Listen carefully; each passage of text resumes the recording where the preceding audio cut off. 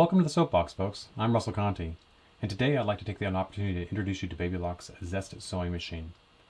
She's an entry-level sewing machine with Baby Lock, but don't let that fool you for a second. She is very well equipped, very good quality of stitch, good needle penetration. She's going to serve you really well for a long time. The first thing I want to point your attention to is the instruction and reference guide for the Zest sewing machine. Baby Lock has an instruction manual for all of their sewing machines, and as much as people dislike reading instructions, it's not a bad choice to go through the instruction manual simply to get a familiarity with the sewing machine, how it threads, how to manipulate the stitches, and there's actually some troubleshooting information here as well. Nicely on the cover is the Baby Lock Consumer Helpline, so if you do get stuck, you can just give them a call and they'll be happy to assist. All Baby Lock sewing machines come with standard accessories. Of course, all machines need a foot pedal and power cord. The Baby Lock Zest is a front-loading bobbin, so it takes a class 15 bobbin in a plastic style, so don't use metal ones in here. It wants you to use plastic ones, and they're class 15. It'll load from the front versus the side and versus the top. It also has a standard presser foot, which is for our zigzag and straight stitch. It has a blind hem foot, a zipper foot, and a buttonhole foot. Additionally, it comes with a seam ripper and some what I call just-in-case needles. It's a package of 3 extra needles that come with the machine, and I never use them just in case I run out of needles and I need them. So they're my emergency package. So make sure you have good quality needles and have a little stash of them away so you don't have to worry about ever running out. There's also this little accessory, and it's for the presser foot plate right here, or the needle plate. What it does is it goes right over the needle plate, and it covers the feed dogs so you can actually do free motion quilting or darning. The first thing I want to bring your attention to is the stitch selector. It's labeled A through G, and then there's 1, 2, 3, 4. This is for the buttonhole, and this is the different stitches that the machine performs. Next to this dial is the length adjustment, and we go from 0 to 4, and then we have this little portion here that's called SS, and that's for the stretch stitch portion of the stitches. When you look at the right of the machine, you'll see all the stitches labeled. There's center needle position straight stitch, there's left needle straight stitch, zigzag, running stitch, blind hem, overcast, and you've got a lot of stretch stitches underneath as well. In order to select those stitches, we just move the dial. So right now I am on B, I am on left needle position, straight stitch, and if I want C, I have multiple sizes of zigzag. So on my stitch width, I just move there to C, and anywhere in between B and C will give me an adjustment for the width of my stitch. Again, if I want to adjust the stitch length, I'm going to adjust it here. To get to my running stitch, just move to D. And each time I do that, you'll notice that the needle moves. And you want to be mindful that if you have fabric on the machine and you have the needle in the fabric, that you want to raise the needle out of the fabric, because this is going to be moving and manipulating if you change the stitches. So always make certain that your needle is in the full upward position when you're adjusting stitches so that you don't risk damage to your project. Below the stitches, right here, we have a reverse button, and we're going to press on that as we push the pedal. So the foot control is going to be engaged, and this is going to be engaged, and that's going to allow us to go in reverse with our stitches. We'll have a thread tension adjustment, and it's a dial from 0 all the way to 9. And you'll notice that there are some boxed numbers. We have 3, 4, and 5. And so what that's trying to tell you is that for the most part, for most of your stitching, your dial is going to be set anywhere between 3 and 5. I typically start at 4 and then I adjust as I need to. Anytime you're threading the machine, you also want to make certain that the presser foot is lifted. That's going to disengage the thread tension mechanism. There's little discs that are inside there, and it's going to allow us to thread the machine more successfully. And then once the foot is down, those discs engage and they clamp the thread. That's what creates our tension. In addition to our normal stitches across the top that are kind of highlighted in dark gray, we have these lime-colored stitches as well, and those are all stretch stitches. So in order to select any of the stitch, we're going to go to the letter on the dial. And then if I have a corollary, down here I have a reinforced straight stitch. In order to get to that portion, the lime green portion, I'm just going to move the dial into the stretch stitch portion of the dial. And you'll see we have a plus and a minus, and what that does is allow us to manipulate the stitch length for those stitches. This machine has a low shank style foot. So there's an ankle that's a low shank, and there's a presser foot that attaches to the ankle. So we raise the presser foot up with the presser foot lift, And in order to disengage the feet so we can change them out, we can just hit the latch on the back. There's a little latch we're going to press forward and the foot will drop right off. Here's our low shank standard presser foot. It snaps right on. In order to place it back, we're going to place it right under the ankle, and we'll bring the ankle down to the foot. It'll click right into place and it's re-engaged. It's that easy. The other feet work exactly the same way. The plate around the feed dogs, and the feed dogs are what grab the fabric and pull it through, that's referred to as the stitch plate or the needle plate, and you'll notice a bunch of numbers on left and right hand side. And so you notice 10, 15, and 20 on the right hand side, 10, 15, 20 on the left hand side, and that's metric, and so that's in millimeters. And in the back we have the imperial measurements that we use in America, and it starts at 3/8 and goes to up to 6/8, which is equivalent to 3/4 on both right and left side. On this particular machine there's also a 1/4 inch foot available, which basically allows you to put your fabric right at the edge of the foot and get a perfect 1/4 inch. However, if you don't have the foot and you just have this one, you can pretty much use the outside edge of the feed dogs as your guide for what 1/4 inch should be. So run your edge of your fabric right along that feed dog right there, and that'll give you a pretty good indication. Let's take a moment to look underneath the machine as well. Take the accessory tray off. We're going to open the bobbin hatch cover, and I'm going to bring out the bobbin in the bobbin case. I'm going to bring this latch right here. I'm just going to pull on it straight out, bring it right out to us. We have all these mechanisms right here. Those need to be cleaned, and this area needs to be oiled on occasion. So what we do is, in order to open it and to get this cleared out, we're just going to open this latch to the right, this latch to the left. You'll see those two pins right there, and if I just grab on the shuttle right here, that's called the race, everything will come right out. Now you can see in here it's quite clean because it's a brand new machine, but there's also a point where we actually want to oil it on occasion.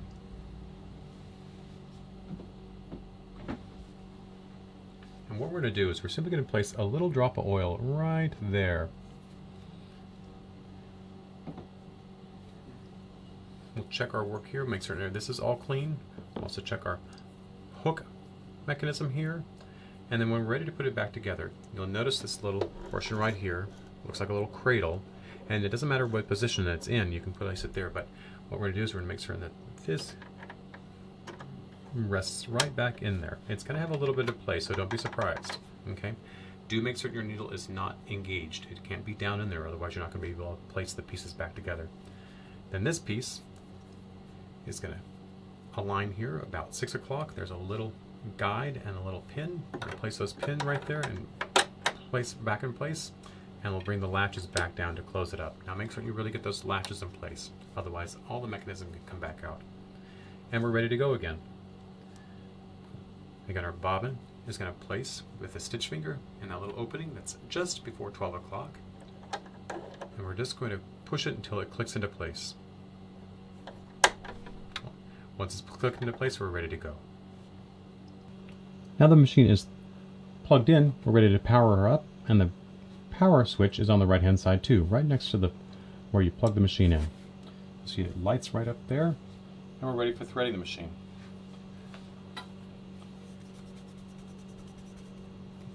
You'll notice I've already pulled up one spool pin. There are two that you can use, either one, and they just retract if you don't need them. Thread our machine, and then we're going to come right through this little guide here first. And you want to spiral back on it, so you're going to come to the front and you're going to figure eight to the back. Once we've done that, we're ready to place our bobbin on the machine. And what I like to do is, before placing the bobbin on the bobbin winder, we're going to go ahead and place it through the hole. There's a little hole on the side of the bobbin, and I want to go ahead and place the thread so that it passes up through the hole. So it's right in the middle of the bobbin. Place that on the bobbin winder, and then I'm going to engage the bobbin winder by pushing it to the right. Once I've done that, the hand wheel is on the side, and all you're going to do is you're going to pull on the hand wheel to the right, and it'll make a little clicking noise, and that disengages the machine so that the bobbin winder runs. If you're used to sewing on an industrial machine, the needle continues to cycle while you're winding the bobbin. On this machine, by disengaging the hand wheel, the needle will stop and the bobbin winder will run on its own. As soon as it's full, it'll stop. You can disengage the bobbin winder. You can re-engage the hand wheel by pushing it toward this machine. it'll click back into place, and we can take the bobbin off of the bobbin winder. Go ahead and cut my thread, and we're ready for threading the machine. What we're going to do is unthread this guide, and then we're going to just follow the numbers. We have 1, 2, back up to 3, down to 4. There's a little guide at the top of the needle, and then we're going to go right through the eye of the needle. So just following hills and valleys, right to left. Straight down to 1, up 2, across 3. Now this is called the take-up lever, and sometimes it's not in that position. It depends on where the machine was when you stopped. So right now it's way down here. What you want to do is you want to turn that hand wheel toward you, counterclockwise, until it comes all the way back up. And that way you're certain to catch it. So you're going to thread from right to left. It comes straight down. This is number 4. There's a little guide just below number 4. And then there's a little guide at the needle bar. And now what we're going to do is just simply thread the needle front to back.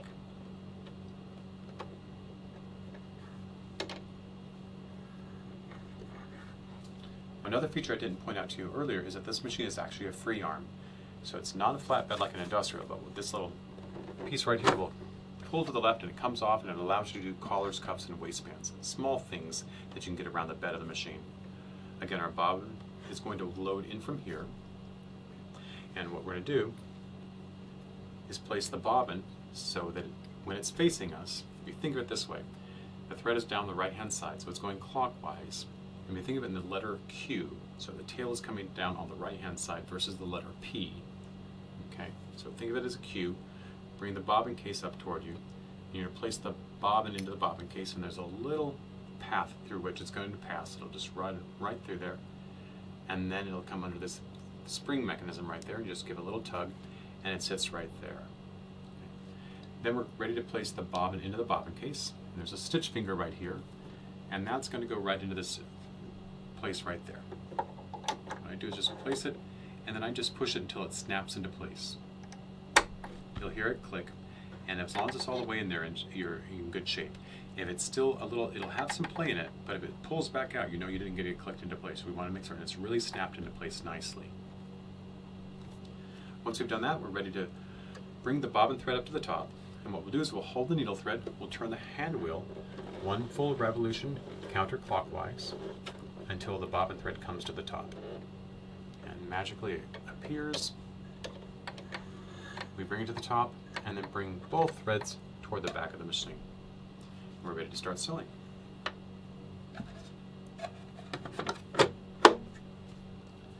Now that we're all threaded up, we're ready to test the machine. I'm selecting straight stitch center needle position. I've selected a stitch length of 2.5, and that's pretty average for a medium weight fabric. Make sure the fabric is ever so slightly behind the foot as I bring the foot down to the fabric. I'm going to back up first and take a couple stitches, and then I'm going to come forward. So there's our basic straight stitch. For a zigzag, I'm going to change my stitch selector to B, and I'm just going to dial up the size I want, and I'm going to dial the stitch length I want. I'm going to hold my thread tails to begin and check my work. The machine has a really good feed, so you shouldn't have to overwork the fabric. It should sew straight. You certainly want to guide it like you would guide a card, but don't over manipulate the fabric. We're going to bring our needle to the full upright position. We're going to make certain our take-up lever is in the full upright position, and then we're going to take the fabric off the machine, and then we'll use that little cutter again to cut our threads and check our work once again. We want a nice clean zigzag on one side. We want it to look identical on the back side. This next stitch is sometimes referred to as a 3-step zigzag or a running stitch. I like it a lot for overcasting the edge. So let's say you don't have an overlock at home. It serves that same purpose, and what it does is it'll sew 3 little stitches, 1, 2, 3, 1, 2, 3, 1, 2, 3, back and forth.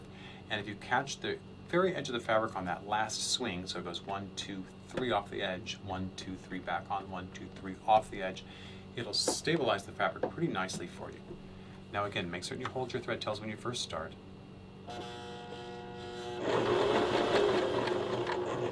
And for this one, we may want to drop our stitch length down to about 1, as I recall. Let's test.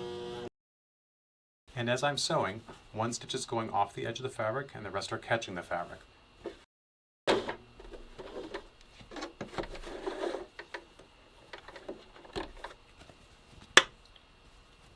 There we have it. And it emulates, it does not duplicate overlock, but it gives a nice finish. The last thing I'd like to show you today is the buttonhole. So what I'm going to do is I'm going to remove the standard presser foot by pressing the latch forward. And drop the presser foot from the machine. Then we're going to take the buttonhole foot. Now it's sometimes complicated to figure out which side is which, but it's not hard at all. You just have to look at this little rod.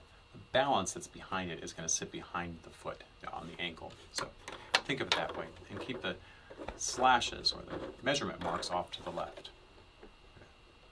Click that. There we go, it's snapped into place. And I like to bring my needle thread inside, so I'm going to bring it in and underneath.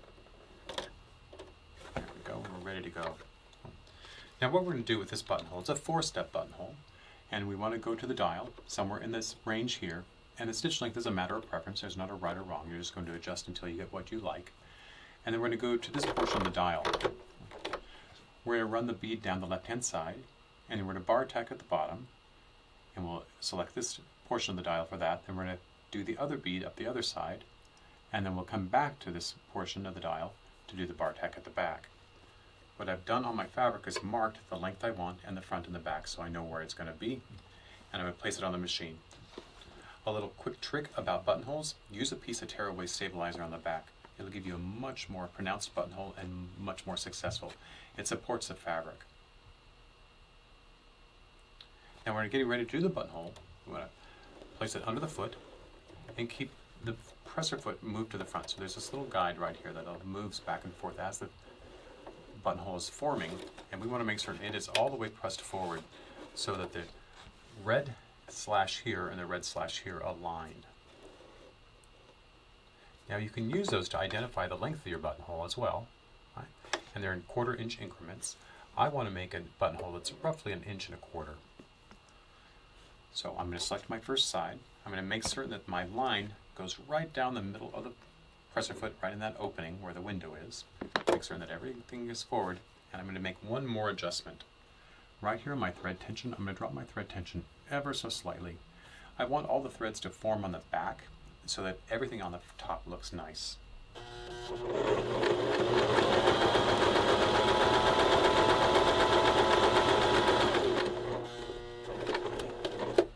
Now that we're at the other end, we're going to select the 2 and 4 portion of the dial. That's the bar tack. It's going to tack back and forth. Do that 3 or 4 times. Make certain your needle's in the upright position. We're going to go to 3. It'll start moving backwards now.